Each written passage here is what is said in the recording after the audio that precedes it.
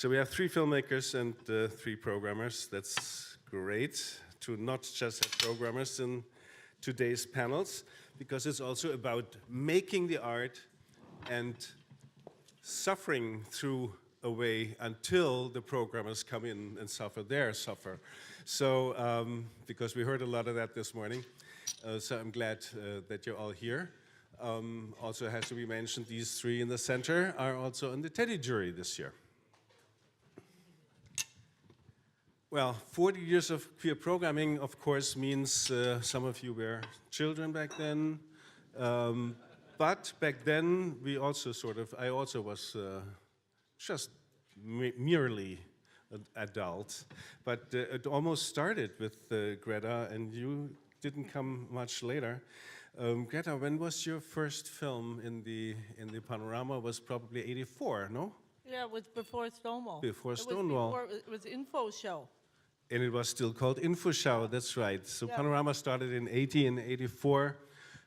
We met for the very first time. Before Stonewall at that time was a film that nobody expected in terms of the theme nobody expected, because it was before Stonewall, and we all thought, our generation thought, gay movement started, of course, with us. And every generation since, I realize, has the tendency to also think the same. So now we want to finally establish a way to write ourselves, queer people, into the history books. Because this has never happened in history. As we all know, when you open a book on history, we're not there. So now we might have the chance, and this is why we continuously work on the subject matter. 40 Years Panorama is one of the longest. Frameline is, I think, 3 years older in San Francisco. So it goes back to pretty much the beginning of working with queer film. And Greta made a film even about something before that mark 50 years Stonewall. Tell us something about that period. About the making of that film? Well, and also, how did you approach the time before time? Oh, yeah. Well, the time before time, I like that, Milan. It's interesting because as we approach the 50th anniversary of Stonewall and the re-release of the Before Stonewall in the US, I've been thinking a lot about the trajectory of my filmmaking career, and also what it was like when we were doing that film. And since it was the first film to receive major funding from public television on any gay subject, and because I was a young woman director, the responsibility, in retrospect, was huge. And at the time, I was so young and naive and enthusiastic, I approached it with zeal. And I didn't really realize how much kind of opposition. It was like people wanted women director. They were kind of, yeah, this is a good idea, but maybe I was the wrong woman because I was pretty outspoken and still am. And was very strong about having female representation and interweaving the history of lesbians with gay men. And of course, where I come from, when I came out, which I was lucky to come out into already existing post-Stonewall world, and the world that I came into was men and women, and also because of the social milieu that I lived in, was also a lot of people of color. And that has informed every single thing that I've done since then. And that, I think, is why now people say, wow, your film, Before Stonewall, and all your other films have intersectionality. And this word I was like, inter who, what? Intersect. And now that's an academic, it's been codified in academia. But I think, in a way, I was very early in that regard. But I've also been thinking a lot about the ecosystem of making films and exhibiting films and getting films back into the universe, and how, like, when I did Paris Was a Woman about primarily American lesbians who were working in the creative world in Paris between the wars, I was very interested in the ecosystem, because the publishers, so the curators, the programmers, the distributors, the creators, it was like it was an ecosystem. And when we did Before Stonewall, that ecosystem did not exist. which meant on the one hand, the film was released it was opened at Sundance, it opened at the Berlinale, it opened at all of these, what we would know mainstream festivals. But then the next film started to go into much more the gay circuit, Till the Man Who Drove Mandela, which is about a white gay theater director who was with Mandela when he was arrested and sent to prison virtually for life until he was released and became president of the world, not just South Africa. And where I was really interested, that it was definitive that I wasn't just interested in gay and lesbian putting ourselves on the map, but really in that all humans are equal in the universe. And that was what I explored in that film. And I'm still very interested in that, that approach. But none of each of these films, one led to the other. I never had a career path. We didn't think we've often talked about this, Vilan. We didn't think of careers. We thought we were making films that we love to make, and we figured out how to make it happen. And I know now young people I teach, and they ask me, can you give advice on beginning my career? And I said, no, because I never had a career. It just happened. So, I don't know. I wanted to say something about a riff on something with Isaac and Mark, which was, I was living in London in the times that they were beginning. It was the workshop, the Black Workshop film movement, and I was really involved and friends with those people, and then the Derek Jarman and the beginning of the gay film movement in England. And when those films, when The Garden and Looking for Langston and The Attendant were the films that were representing Britain on the international arena at films like the Berlinale, the British film establishment was embarrassed. In private, you could overhear them saying, I don't think that's what we want representing British culture. I just don't think it's the right way. And of course, it's the only thing that's lasted from that era. So they were wrong. So anyway, thanks. Kevin, since you have the microphone, I was lucky and visited your festival this year, the Out Festival in Nairobi last year, and could witness what you were describing in the first panel you were on. So who was here for the first panel knows a little bit about it more. But nevertheless, there are also people that only came in now. Could you tell us a little bit how you got to start a queer film festival in a country that forbids two men to love each other? Thank you, Wieland, and thank you for having me here. The Out Film Festival started in 2011 and came as a result of a conversation that was held between the director of the Goethe Institute, then Johannes Horsfeld, and he was a phenomenal director. He was doing a lot of great work for arts and culture in Nairobi. He was helping us push the boundaries. And this was one way he figured, let's just have a film festival. The first film festival was held in 2001. It was an evening and a day of programming. If you ask me, I'll just be a little bit more explicit.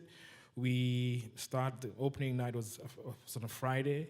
We showed Milk, because people had had of Milk, but we didn't have the opportunity.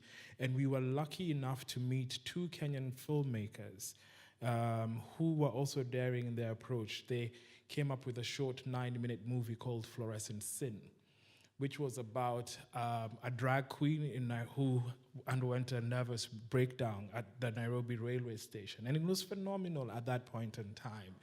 I remember they approached me and approached, not me, other activists, and auditioned a lot of members of the community who cross-dressed, and no one was appropriate. And the main guy who did this film was a straight man who fit the part. And having him at that festival was phenomenal. And the opening night was full. We didn't expect the opening night to be that full. And we had a few technical problems, but that was our opening film. It was a Kenyan film in a time where we didn't think it was impossible, and two sisters had already come up with a film that was shot and done in Kenya. It was produced by Kenyans, was acted by Kenyans. And yeah, that was 2011, 8 years on. The festival is still running as you still saw. And the key thing with the festival, it's not your regular festival. We've gotten support, like Greta, we showed your movie during the second edition, and we got support through the cultural attaché from the American Embassy, who also happened to be queer and a friend of ours. It's like, these are the movies that we have. So it was a question of personal contacts that have helped build the festival. We had support from the Swiss, from the Germans, obviously. So it was that, and it has slowly grown into a space for the community in Nairobi. I think it was in 2011, we already had rumors of the anti-homosexuality bill that was notorious. It became an act that was repealed in Uganda, and the Ugandans who happened to be in Nairobi that weekend, and they're like, this is phenomenal. And I think that was when I realized we have so much. We are grateful. People may think, yes, there is a law in Kenya that outlaws sex, not homosexuality, but sex between two men, or just sodomy in general. But the fact that we have a government that turns a blind eye to our activities, and we were able to host a festival and have still been able to do that. I wouldn't say we're not yet out of the woods, as you saw, Wieland, when you came to Kenya. We always have to put security measures in place. There are bouncers at the door, who just have to make sure people have known to disrupt events like this. It's not the government, but people who have strong moral beliefs, tend to disrupt events like this. But for sure, the government knows this is happening. And we know we're not breaking any law. And we're taking advantage of that. And the Out Film Festival has grown to what it is. It is a Kenyan festival. It's a feminist festival. And it is also a space where we can just be free. Well, just 80 years ago in Nuremberg, the problems were not that much different, I guess. But now Nuremberg, of course, is a different place, Andrea. Oh, thank God, and thank you for introducing me right through the Nazis, but that's true, yeah. You're welcome. But let's just say the fact that I'm the festival director of a human rights film festival, a feminist, a lesbian woman, I think that shows you that some things have changed, yeah. So let me hear the approach of a human rights film festival in that respect, because we're actually getting closer and closer via the umbrella queer. Many things that were separate before gather in a way, up to a point where subcultures emerge again, as we heard in the Programs of Color panel, where we had all of a sudden I thought, oh my God, there are many subcultures sitting there. So this is very interesting at this point to have the big umbrella and the subcultures. But a human rights festival, I guess, is rather representing the big umbrella. Let us hear about the festival you run. That's a tall order, but yeah, it is a human rights film festival, and there are many of us all over the world, and each one is different from one another. So I think I try to situate ours in that context. Our background is not in human rights, it's in film. We're all cinema people, and that informs our programming. So some festivals only do documentaries. We do everything from experimental fiction, docs, of course. We do 1 minute, we do 9 hours. Everything that we find interesting. And that interest is piqued by, accumulated years, decades of experience watching films. So we try to find films that we find interesting in terms of representation, in terms of the way the stories are told, and not so much the issues they're told about. That for us is central. Right now, I think we see also with queer films, two things. One is entertainment, it's more mainstreaming. This is, we have breached that wall, right? So there's lots of mainstream films that feature queer characters. And the other thing is more activist films that will present an issue or a problem, a solution, and the right way to think about it. That's not what we're interested in. I was a bit sad when I was sitting in Isaac Julian's discussion right now, because I'm thinking, where are those films? Where are these films? They've been there, and they're disappearing because it's either or. For us, the representation is the political part of a film much more than the actual issue. So I'm the one, of course, on the team who would also bring in a queer perspective and also translating how certain films or modes of expression are political, because for my straight colleagues, not all of that might be visible at first. So I have a lot of translating to do, but I'm fascinated by this incredible world of films that are available to us now, and then it becomes a hard job to pick, but for us, the political in the filmmaking is really the most important thing, and then it can come from any place. It can be about anything. It doesn't have to be a quote-unquote human rights issue defined by the 30 articles of the Universal Declaration. So that's the space that we're in right now. So the queer part is not by calculation, but rather by personal interference, or by your... Yeah, I mean, of course, there is also an awareness among my colleagues that, of course, queer issues, feminist issues, all these are political issues as well. But I think when I started at the festival, what I brought in is, of course, just a different look at selections, and maybe also a different perspective on what is political. I just want to mention, not just because she's here, Sandra Schulberg, she produced Exposed by Beth B., a film that was also here at Berlinale, which I understand didn't have a successful run at queer film festivals, oddly enough, because I thought it was a super queer film. It's about the most amazing artists that you see, and I find them so highly political. It took some translation for my colleagues to understand why people getting naked on stage and how that would be a political thing. But I was able to, so at least we've been able to screen. So I bring my perspective. I can't just hang it up at the door and just be something else. So it's been, I think, it's been a bit queerer since I've been there. Well, thanks. This is an insight in what happens in festivals before a program actually comes out. Interesting. Maybe we can get deeper into that with other festivals. But now a very different festival from your tours is emancipation in Prague, one of the oldest European film festivals with queer issues, and a big festival with a wonderful history. Many, many years ago already, the founder back then was part of the Teddy jury, etc. So we have a long history together as well. But you joined it like last year or? 5 years ago. 5 years ago, that's already long.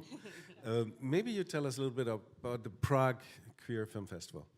Well, emancipation will have its 20th edition this year, so it's been kind of a history that we have beyond us. And it used to be a small subculture event in Brno, mostly with theatrical program and only a few films, but then it moved to the capital city, to Prague, and it grown into the international film festival with 2 international competitions. One is dedicated to feature films, and the second one is dedicated to short films.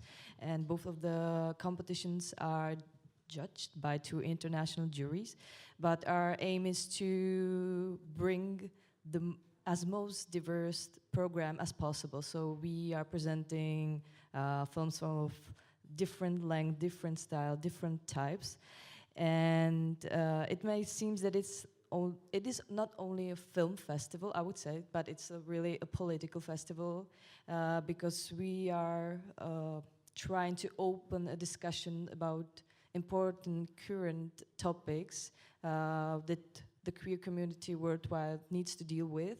And we are, of course, want to open the questions that are not really discussed in the Czech Republic at the moment. So I would say that it's a really important platform to stay update and have a possibility to talk about queer experiences. And the other big event in Prague is Prague Pride Week, but it's mostly mainstream program, which goals is really to be visible, but it is not really political too much as we are. I would say that we are more edgy and open-minded and want to be up to date, as I said.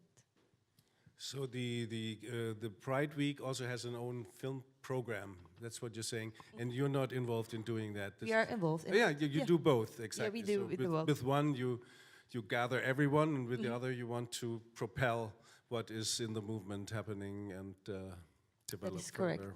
Very smart. John, another creator on the panel. We also go back far.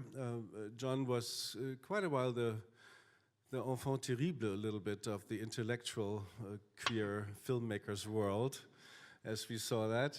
And as Greta is showing her film, The Men Who Drove with Mandela, in the Panorama 40 program this year in the festival, we are seeing the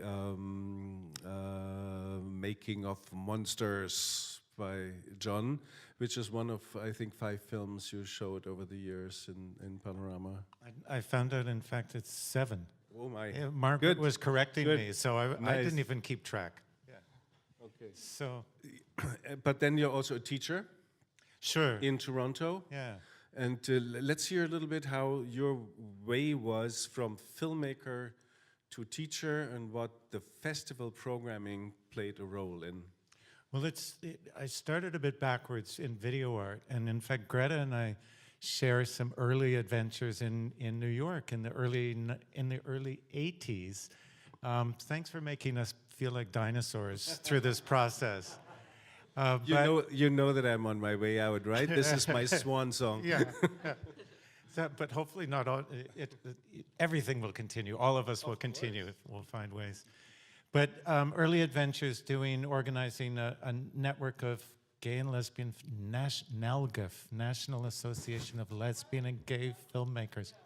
And very early organizing in New York and networking primarily between and it was so small that all the filmmakers and the video artists had to hang out together. Yeah. There wasn't a choice. But I think I want to echo one thing that I remember vividly from that time was a real shared passion of history, a respect for queer history, a respect for queer cinema history and art history, and a real intense desire to connect with the work of earlier generations on a global level. And how that has actually, I think, rippled through both the festivals that have, since defined and exploded in terms of our world and enlarged our world and continue to be active. I mean, I think both of us have probably been, all of us have been involved in those perennial discussions. Do we really need queer festivals anymore? And I find year after year after year, there's actually urgent answers as to why we need them.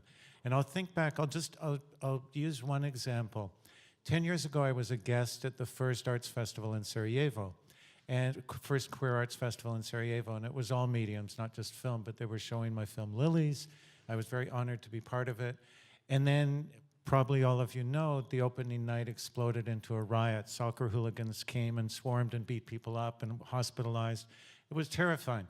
And the organizers, 4 extraordinary women in Sarajevo, had to keep moving their office because there were bomb threats, and the events kept getting closed down.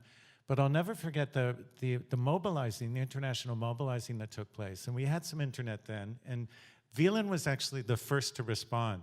There were many stories of shame. I have to say, Toronto International Festival, nothing. Sarajevo International Festival, nothing. I remember that. But I'm still angry at the director, who's of course also a guest at the festival. But Panorama was right there in terms of giving support to this small queer arts festival.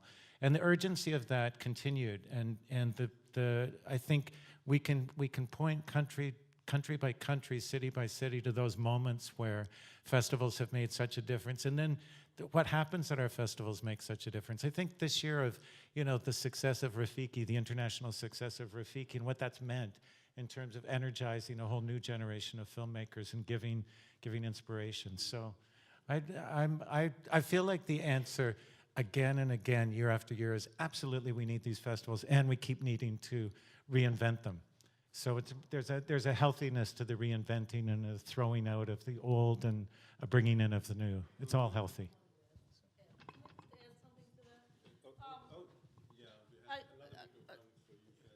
Yeah, I mean, we need both, and we need everything. we need to be in mainstream festivals, and we need gay festivals, queer festivals, GLBTQ, whatever, everything festivals.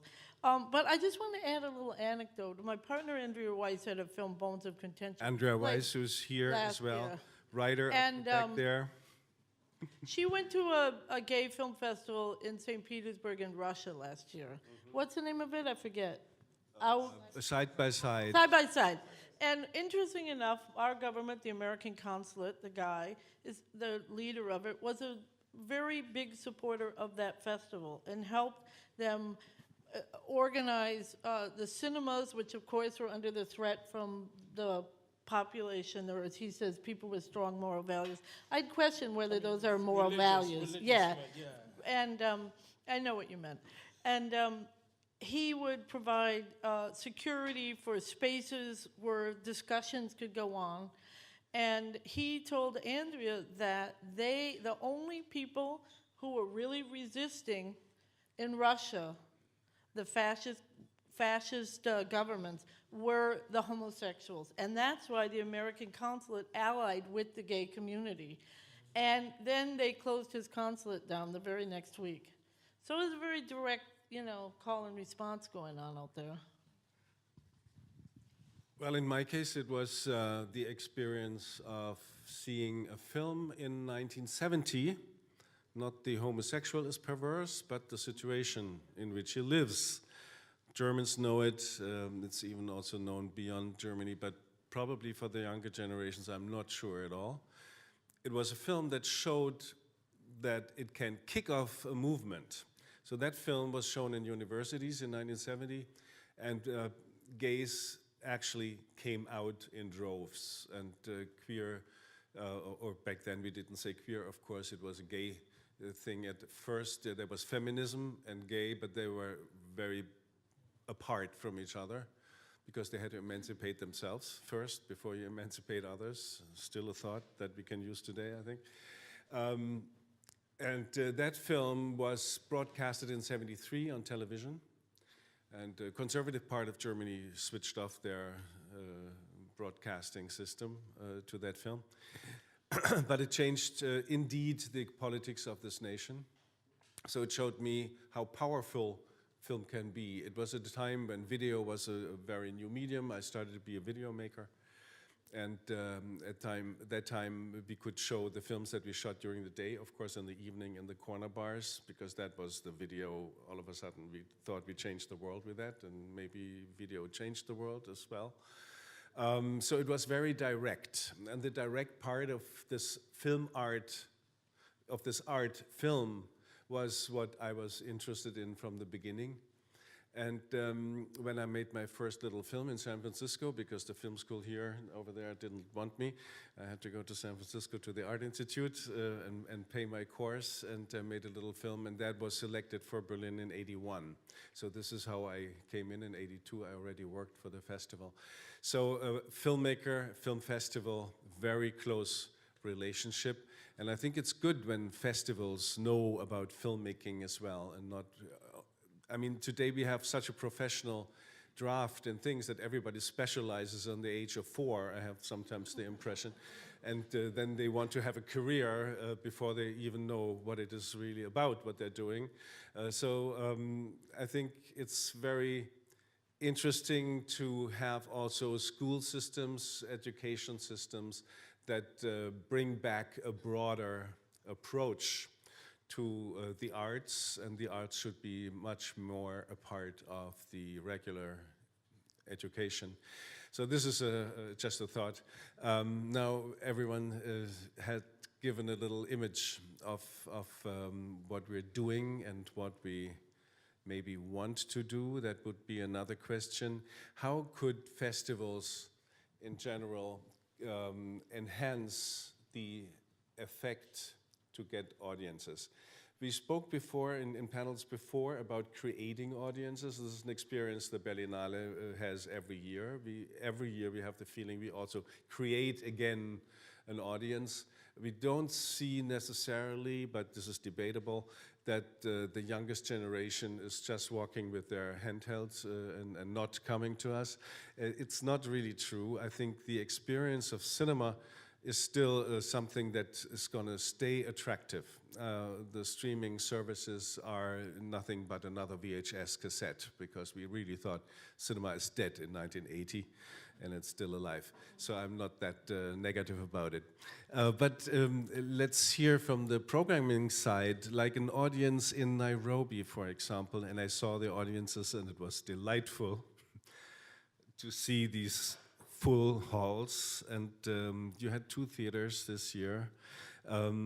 Let's hear how do you get to the audience, because you hardly can promote your festival, which is exactly the same in St. Petersburg. It was the same in Warsaw only 8 years ago when I was there for the first festival. So we helped from the Teddy side and from Panorama side, we helped many festivals to come into place, also St. Petersburg, by the way. In the first year, we could not even hang a rainbow flag in the theater in Warsaw, and on outside, of course, nothing. So it was like a total paranoia everywhere, and of course, from that paranoia, I still felt something in Nairobi.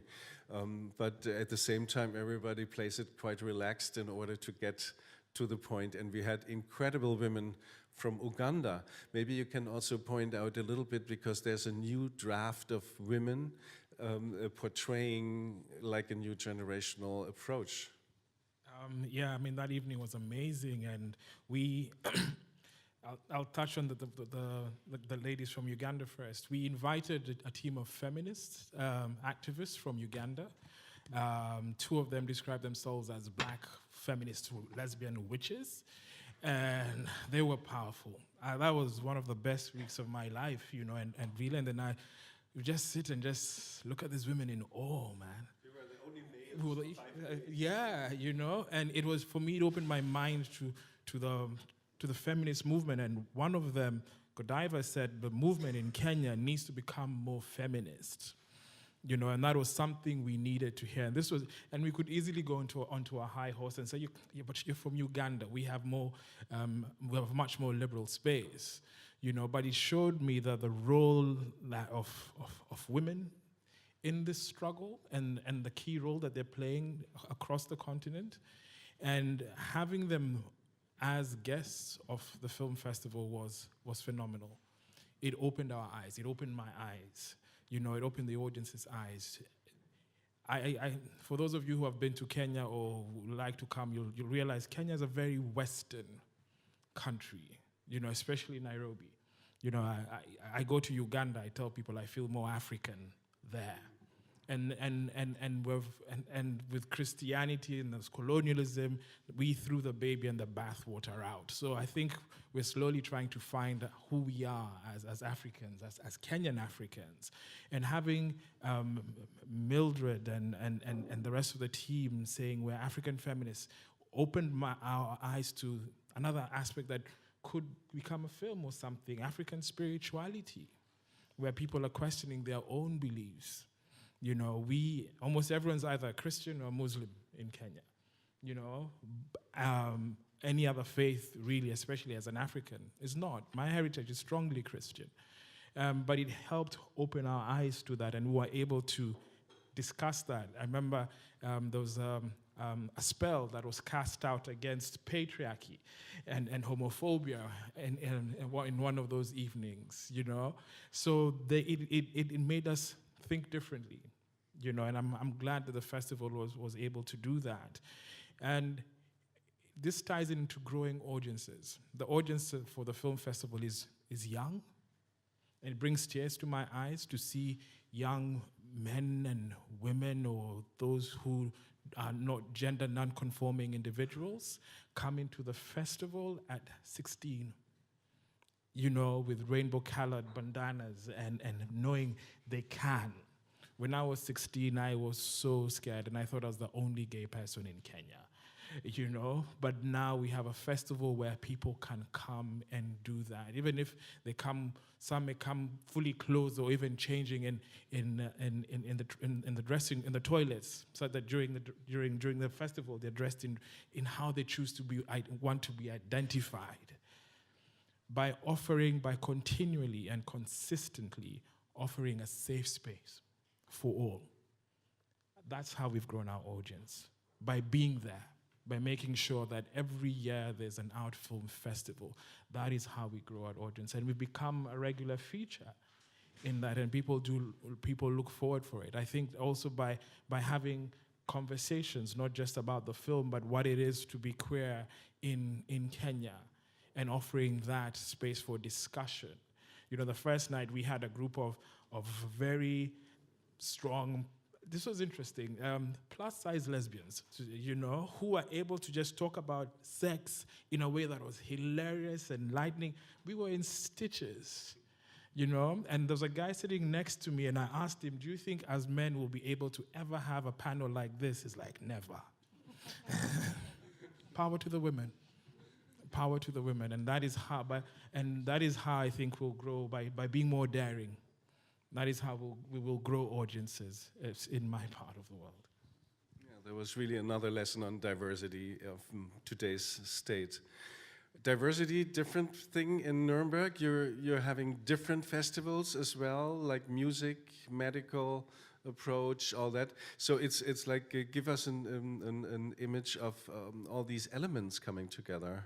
Well, I think maybe it's useful to start with a distinction. I think as a human rights film festival, the relationship our audience, and I'm generalizing, feels towards the films that they see is a very different one with queer film festivals.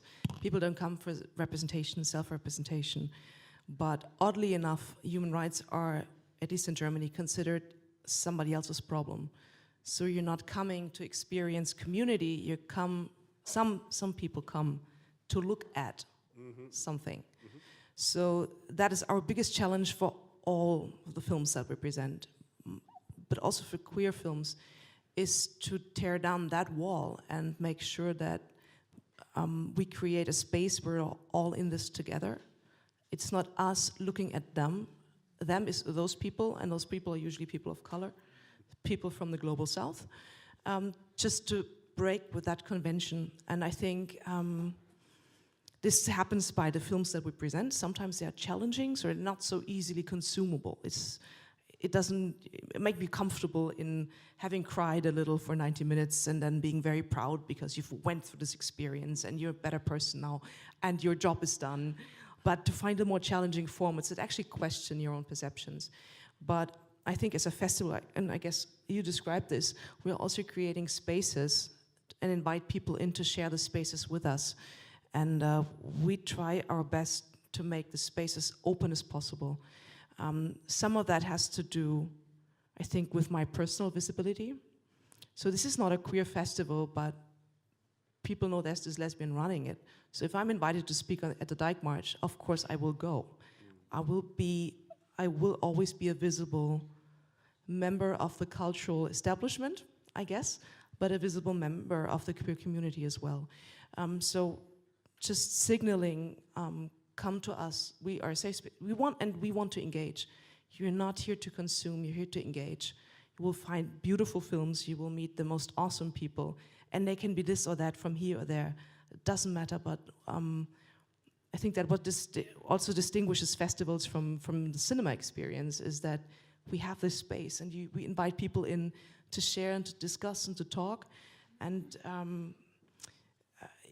also to invite people to actually see something different, something that I haven't seen before, but not in a way of gawking at the exotic other, be it a female body, a trans body, a black body, a fat body, but recognizing that the communal aspect is what we all share, and not in a kumbaya way, you know, like holding hands and just being very happy, in a challenging way, but also in a way that you are seen. Everyone, I hope everybody in our festival feels seen, and that includes the audience. Visibility, a very important theme and a motor to emancipation and on any meals. Do you need a drink over there? You have nothing to drink. You have a bottle? Okay, good, good. Prague again, of course, has a community, but you might also remember times when it was as well, you had kids coming in from the countryside and dressing in the toilets. I think this is something shared globally, because nobody can live the queer life where the person grew up. And that is a thought one has to think twice about it, because it makes queer people the vastest group of refugees on this planet, and probably throughout history alike. But Prague now is, of course, a safe haven, more or less, for queer people. Let's hear about that. That's true. And the reason, or that's somehow connected to our really main goal, one of our main goals in present days, because we are trying to organize official echoes of the festival in the smaller cities after the festival, because it's not enough to have only the festival in the main city and or in Brno when the festival moves in the second week. Brno is the second biggest city in Czech Republic. Second biggest city, because not everyone have the opportunity to come, and it is connected also with the other task we have to reach the younger audience. And we are trying to organize as much school screening, educational one, as possible during the whole year, to be in contact with schools, to create a program that deals with important issues that we do not really, for example, have space on the festival, for example, to have a short documentary for kids, but we want to have like a special presentation for the kids so they are aware of the theme and they can grow up with us, let's say. So this is like a really big task, because we are collecting feedback from the attendees after the festival, and we are trying to work it on to see if everybody is satisfied with representation, if everybody has the possibility to see themselves on the screen, because for the part of the audience, they are, for example, settled. They are in their 30s, 40s. They are already okay with things, maybe, how they are, but we didn't see so many young people at the festival, so we wanted to change it and to be for them more, I would say. It's an approach that we also follow in Berlin. The Generation program, which was the Kinderfilmfest in the past, has added a 14+ section, for example, where we also can show, because the films in the regular festival, you have to be 18 years or older, because there's no, there was no censor on the films that we're showing, so you have to be 18.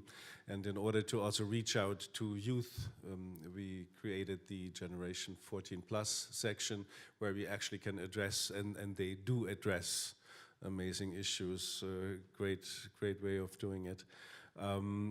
In Canada, of course, it's a different perspective, because you are the Dutch of North America. I wanted to say Holland.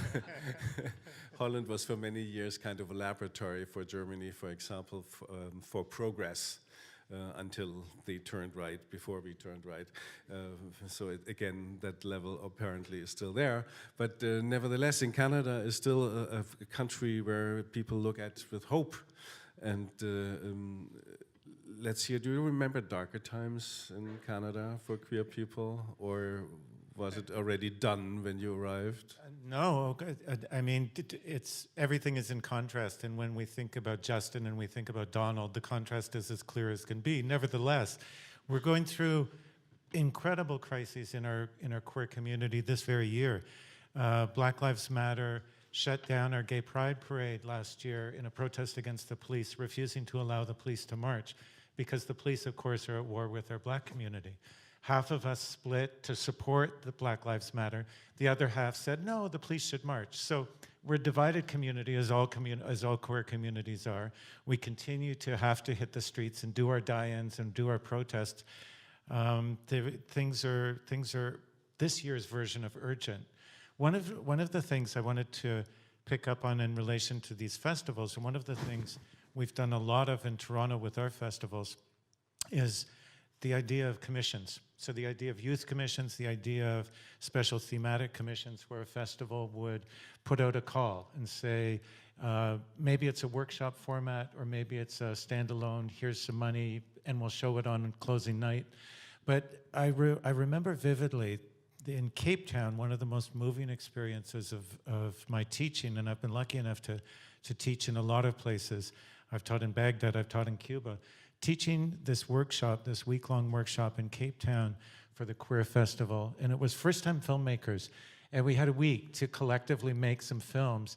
And it was right at that moment, it was the very early years of the festival where Mandela had just been freed and democracy was just coming and everything was looking as optimistic as possible. And so the excitement of this workshop for first-timers, and I'll never forget the experience of doing the camera workshop and then saying, okay, now we'll all take turns making shots.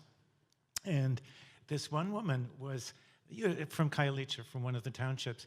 She couldn't hold the camera because she was physically shaking so much because the idea of permission to be able to hold a camera had not existed in her life. And so, of course, we had to, we showed her how to brace it, and so bracing on sandbags. So it was this real, and the films we made are still being shown. Like it was really one of the most energizing and inspiring things from my point of view, but also for them. Most of them, all of them, no one went on to become a filmmaker, but it was a way a film festival, a queer film festival, could be life-changing in a micro way, just for that week. Reminds also a little bit on what we have in the Talent Campus, which is now called Berlinale Talents, where we also have queer approaches. Let's get to those who can make films maybe sooner or later. There are many who want to be directors, and some will succeed. Of course, it's open to the public. Please, if you have questions to any of the creators or the programmers, raise your hand and we get a microphone. There's right here too, the lady in the middle first, Sandra Schulberg. Hello. Well, as some of you know, my biggest concern these days is that the films that are being shown be saved so they can be seen in the future. And Wieland has done, and the team here, a very important thing, I think, with Panorama 40, bringing back films that haven't been seen in a long time. But one thing that you all can do as festival directors is try to create a system through your own festival to save the filmmaker's work that comes to you each year as ideally as an LTO cartridge, which is really very cheap. If you could somehow get a sponsor to do that for every one of the films that you show each year, that would be a huge breakthrough, because the digital films are in a way even more vulnerable than the ones that were made on celluloid. And I also want to just tell you that we're creating this with Outfest and help of Wieland and Bob Hawke and a lot of other people in the UCLA Film and Television Archive, something called the Queer Cinema Index. So there are brochures out in the hall, and if you could, each of you who runs a queer film festival, if you could export to us your films every year, then we can include these films in the index. So that would be fantastic. Thank you. And Sandra, you said there's material with your address out there. Very important. We made that experience, by the way, just briefly. Panorama 40, like half of the films were actually not available. But the filmmaker said, yes, please show my film. And it kicked off the process of making DCPs, of going back to find where is the original, or how to clean and restore cinematic prints if the original is lost, etc. So alone with these few films, we made so many experiences like this. Film is vanishing. I'm sure Greta has things to say to that as well. Or you shot very early on video, but now we have a question here. Yeah, in fact, my name is Sridhar Ranga, and I'm the festival director for the film festival in India, LGBT Film Festival, been for 10 years. But my question, I can see the connections with Nairobi, the same kind of intensity of a community building space, which we, in India too, which the festival creates. It's not just watching cinema, but actually being part of the community, dressing up the way you want to. So what has been challenging for us has been also when you have a festival which not only just appeals to a queer community, but also you want to open it up to a larger audience, and the kind of interaction between the non-queer people. And in fact, I remember like we want to get a lot of parents to come to our festival. And even my mother came to the festival and she was completely, okay, I love you, but is this the kind of space, is the kind of dressing? I mean, there was a bit of discomfort. And also the other question is like, it's a film festival somehow are still seen as an elitist space, you know? At least in India. I mean, it's seen as people who are elitist, people who are already educated, and we are not able to kind of bring in audiences who are really grassroots or people who are not possibly educated. Are you able to do that? That's my main question. That would be a class question. It's interesting that India and Kenya have so much in common. Class is one of the things that we both struggle with. In Kenya, we say, you know, the people like me are said to come from the other side of the highway, you know, because of my accent, where I went to private school, the leafy suburbs, you know, because Nairobi, because of its colonial past, was pretty much a segregated city, just like South Africa, the Zimbabwe, you know. So the large part of the city was the residence to the white community. You know, so they had beautiful lawns and trees and boulevards and all that. And then the brown community lived in the middle, closer to town. And then the black community lived on the outskirts and needed passes to come into the city. We still have to live with that, the history of that. There are spaces where we meet are largely in the leafy suburbs, so to speak. But we are how we're trying to do that is just work with the local communities, the local LGBTI communities that are doing a lot of grassroots work. There's a dance troupe called the Ishta Dolls, and most of them do come from low-income, high-density neighborhoods. And the festival, and for the second year running, we had them perform. These are guys who live in one-bedroomed houses, have been kicked out of their homes, so to speak, but know how to strut it in heels.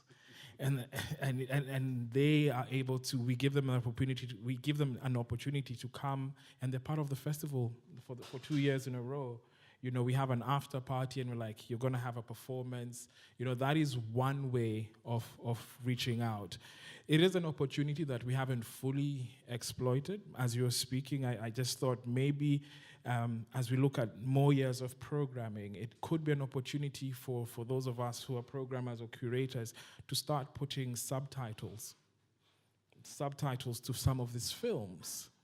You know, and if it's Pidgin, like the BBC launched the Pidgin service in West Africa last year, and it's gone through the roof. There may be content that people will relate to because it is spoken in Pidgin or Creole, you know, or Tamil or somewhere, you know, where people say, I can relate.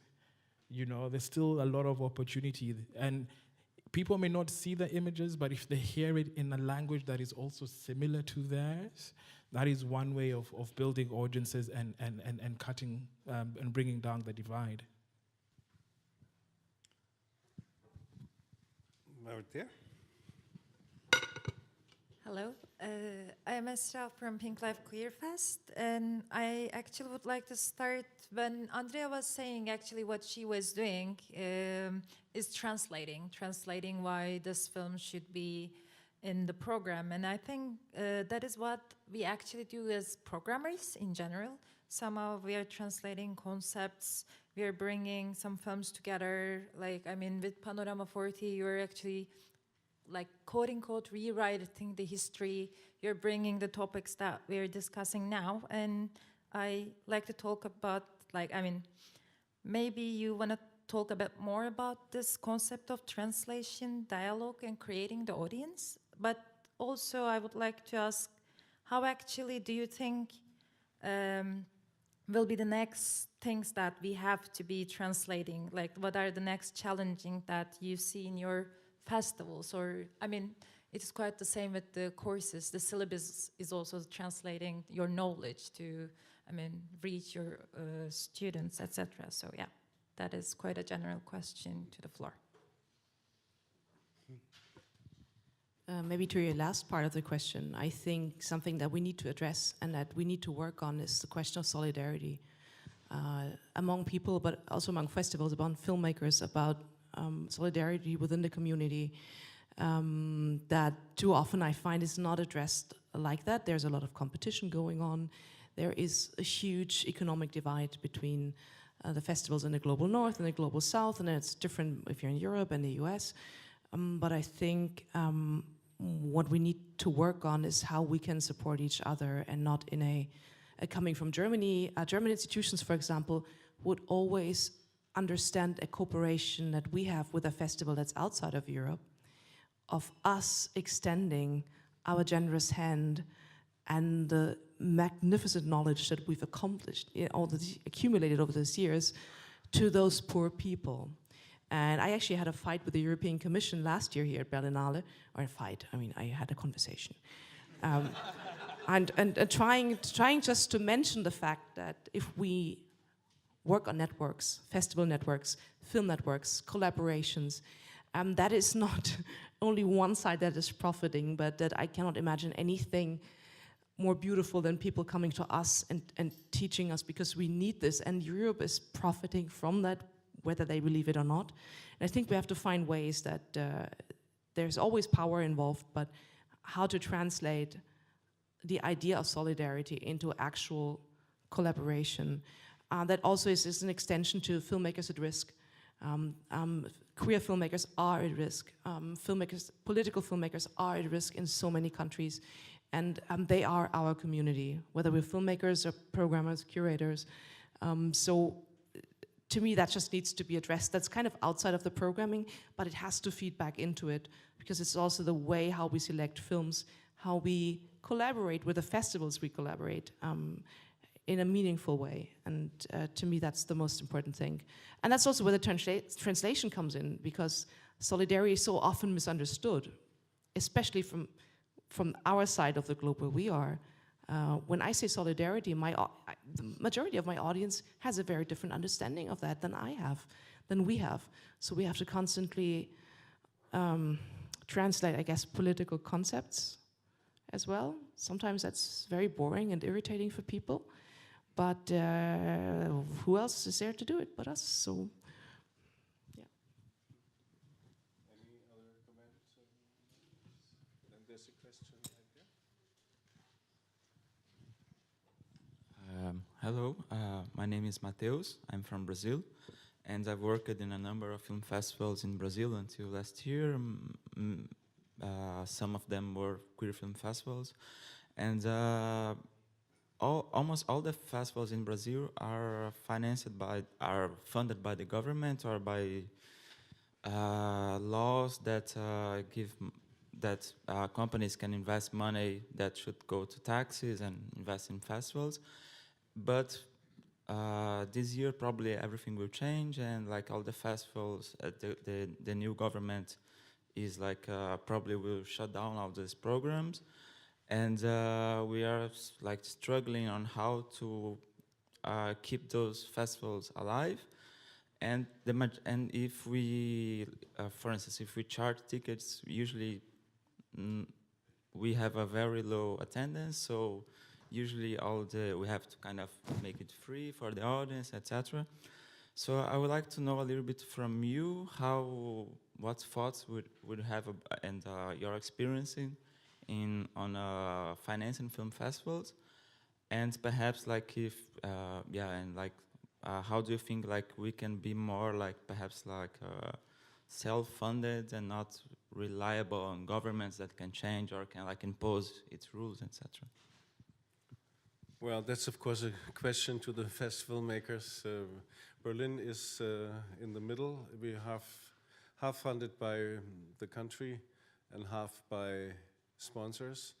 I think that's dangerous, but here the government is less dangerous than the sponsors. In Brazil, it seems to be the other way around now. But nevertheless, how to finance a festival without any funding is, of course, a good question. I can tell that we started several festivals in the past without any money, so starting it can work. But there comes the class question when you say you ask a certain amount of money for the ticket and then certain people cannot come, what you also described for Nairobi, then of course you have that other class divide. Very dangerous field. I don't know what to say to that. Other than that, do you have any? How is it with the Prague Festival? Of course, the prices, are they as higher as the cinema tickets or lower, or how you do that? Lower. Yeah, here too. But like for me, I personally have the experience to working for the A Festival in our country, as I work as a programmer at Karlovy Vary as well. So I have like these two positions when I work for like a really big company which has a lot of money, a lot of sponsors. Like Karlovy Vary. And it's like the biggest one. So and then I just switched to Mezipatra, which is volunteer-based stuff, and we have 70% of public funding and 30% are from the tickets. And I think it won't be possible to make it how it is without any money, because the price of the film is growing, and it's getting harder and harder for us to have films at our festival because they are really expensive. So that is also the question. I think it's possible to do it for free, but it's also the question of the format, what you can create. Can I just add a little something? I mean, I understand it's very difficult if the state funding is problematic because of the content you're screening, but I think we really need to attack the system and that demand, like claim our space. European money for film festivals, you heard it maybe on the first panel, is connected to the condition that you screen 70%, that's 70% of your content needs to be of European origin. How can we're not getting European funding, but because we refuse. What a perspective on the world.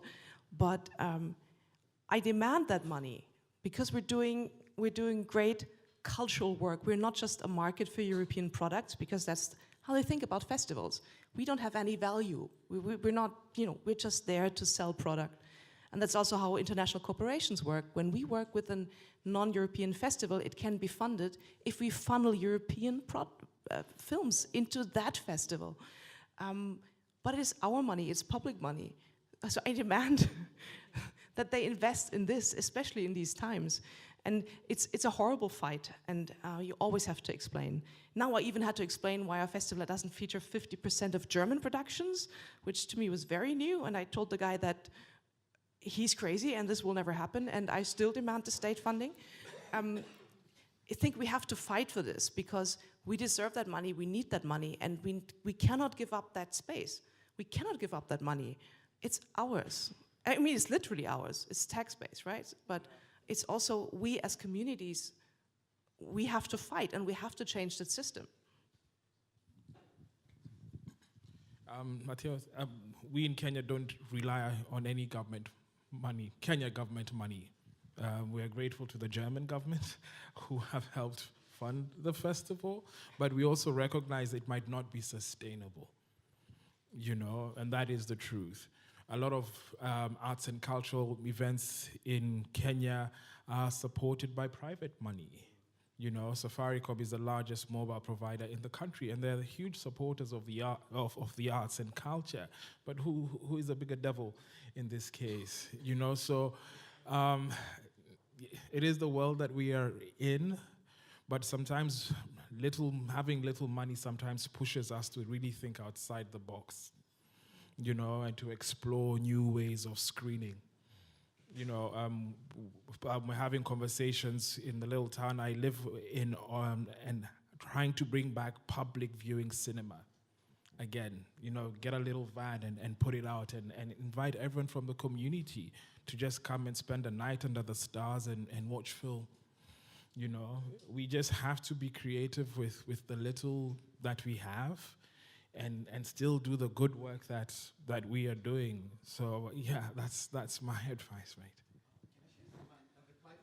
Sure. Yeah. How do you finance in India? Wait for the microphone so we can also hear it in the broadcast later. Just to say that, like, we also don't have any government funding at all in India. I mean, we hope to have it in the soon. Speak slow, please. But basically, we get funding from embassies and also some corporates. But I think the most innovative thing for us has been crowdfunding. So we launch a crowdfunding project, and people from the community and people who generally want to support the festival has been. So it's almost comprises around 50% of the budget of our festival. Well, I can see the situation for Brazil rather compared to Eastern European situations where the government is not only waiting for you demanding money, but they're actually working against you in the first place. And that is, of course, causing different kind of problems. Well, I think there is no other way than asking also filmmakers and companies to maybe not ask for money for their films, which is very complicated. You just brought it up. The films are becoming more and more expensive. In the past, the same money was spent in transporting the 35mm prints all over the planet, which was like extremely expensive. Now that has become very cheap. But now the films there's so many films in the world that many films don't find another way of exploitation than going through festivals. They don't have a theatrical run anymore. So they have to ask the smaller festivals to give some money for them. So it's like really a cat that hunts its own tail. We have one last question there in the back. Sorry. Two last questions then. Thank you very much. My name is Max. I'm a filmmaker, and I want to hark back to something that Andrea said about the queer filmmakers being at risk, and also the importance that a film festival provides as a space. Because there's one community, or part of our community as a queer community, that is already under siege, which is the erotic and part of cinematic works, and especially receiving a huge backlash, and I'm trying to combine two talks about yesterday as well, receiving a huge backlash online in censorship through some laws passed in America. And I was wondering what your thoughts are on providing this space and maybe the responsibility of film festivals picking up that mantle again and providing a space for erotic film works to be presented as part of a queer film, and not compartmentalize it also as something as the other, something that is just a pornographic or an erotic compartment, but something that is part of our community as well. Who can comment on that? Semi a great film. I'm happy to screen it. We're expanding the definition of human rights anyway, so no, I think the erotic in any form can be political and can be interesting and can open minds. So if it's erotic, if it's hardcore or not, I mean, literally in our festival, I don't care. We don't get too many submissions from the erotic side because I think they maybe also have a misconception of what we are able to do. But yeah, bring it on. Just get my contacts later. Just in our local example, we have our mainstream queer film festival called Inside Out in Toronto. And then we have a breakaway festival, the Toronto Queer Film Festival, which was founded on activist principles, but also explicitly to show erotic work. So there's always, I feel like in many communities, I think the same has been true in New York, there's always been these responses of people going, fine, I'm not going to be part of your festival anymore, I'm making my own festival. So there's movement, and there's energy, and there's excitement, and I think there is a collective responsiveness that is still there partly.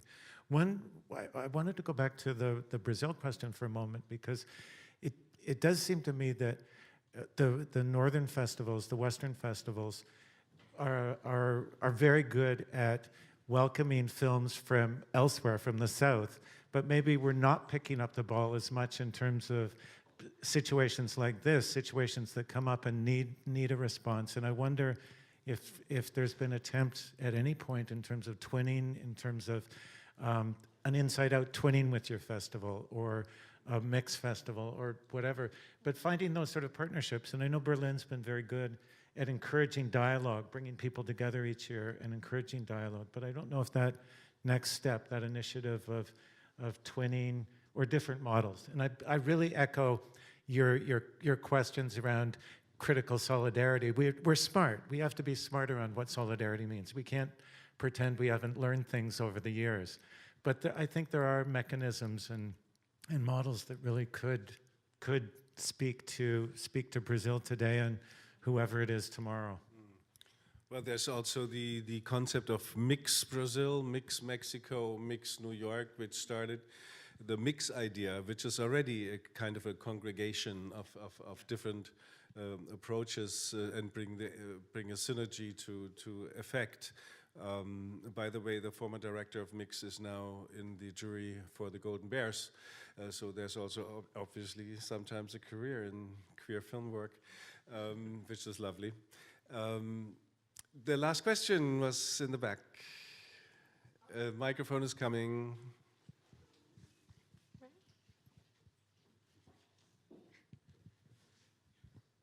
I like what you said, John, about the pairing of festivals. But this is back to the subject of funding.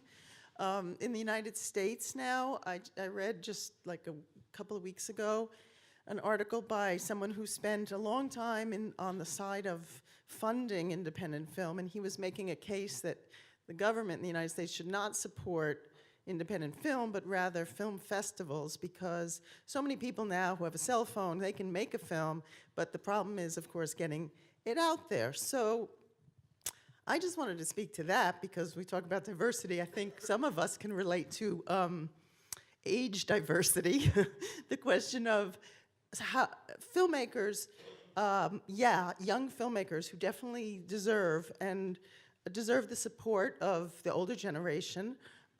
Many of them can make films for little or no money, but how do you sustain a life like that? And also, with each film, you develop as a film artist. I mean, so what we have in the United States now is a lot of people who make their first film, or maybe their second if they're lucky, but there's no support to make it, and at a certain point, they can't sustain that life as a filmmaker.